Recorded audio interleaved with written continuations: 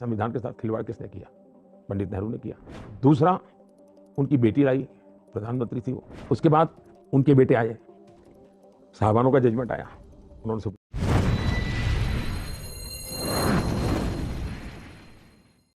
इस देश में सबसे पहले संविधान के साथ खिलवाड़ किसने किया? पंडित नेहरू ने किया। दूसरा, उनकी बेटी लाई, प्रधानमंत्री थी वो। उसके बाद उनके बेटे आए, साहबानों का जजमेंट आया, उन्होंने सुप्रीम कोर्ट के जजमेंट को उलट दिया। फिर उनके साथ बेटे आए, तो रिमोट कंट्रोल से सरकार चल रही थी और एक शाहजादा प्रेस कॉन्फ्रेंस बुला करके कैबिनेट के निर्णय की धज्जियां उड़ा देता है। एक ही परिवार के 4 लोगों ने अलग अलग समय पर संविधान की धज्जियां उड़ा दी हैं। सबसे पहले संविधान के साथ खिलवाड़ किसने किया? पंडित नेहरू ने किया। पहला संविधान में उन्होंने जो अमेंडमेंट लाए वो फ्रीडम ऑफ स्पीच को रिस्ट्रिक्ट करने वाला लाए, यानी वो लोकतंत्र के भी खिलाफ था, संविधान के भी खिलाफ था। दूसरा, उनकी बेटी लाई, प्रधानमंत्री थी वो। बेटी ने क्या किया? कोर्ट ने जजमेंट दिया कि भाई आप पार्लियामेंट में नहीं रह सकते, तो कोर्ट के जजमेंट को उलट कर दिया।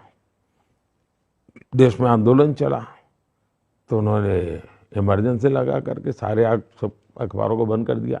इमरजेंसी का एक फायदा हुआ, अरुण पुरी को इंडिया टुडे का जन्म हुआ। जो भी फायदा हुआ वो तो उनकी रोजी रोटी का सवाल है। उसी समय इंडिया टुडे जन्म हुआ। उसके बाद उनके बेटे आए, साहबानों का जजमेंट आया, उन्होंने सुप्रीम कोर्ट के जजमेंट को उलट दिया, वे संविधान को बदला उन्होंने। फिर उन्होंने एक कानून लाए, जो कानून था मीडिया पर रिस्ट्रिक्शन का। देश भर में विपक्ष थोड़ा मजबूत हुआ था, मीडिया भी वाइब्रेंट होने लगा था। सब टूट पड़े कि हम फिर से इमरजेंसी नहीं आने देंगे।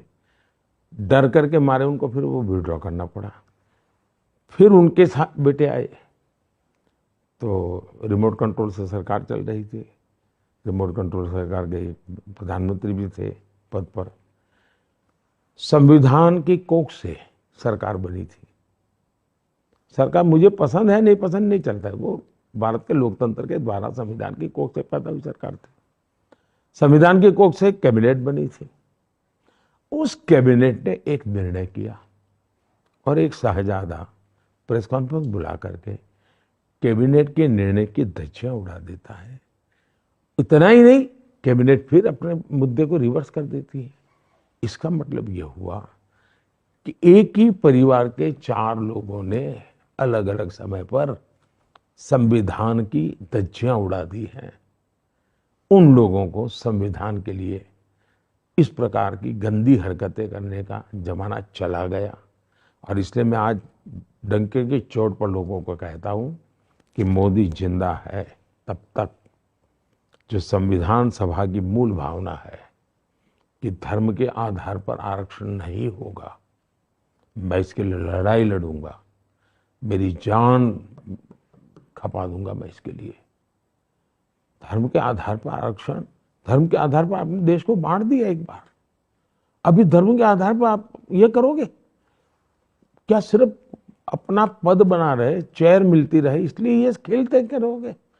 देश स्वीकार नहीं करेगा। और मैं देश को एजुकेट करूंगा, उसके लिए मैं अपना जीवन खपाऊंगा।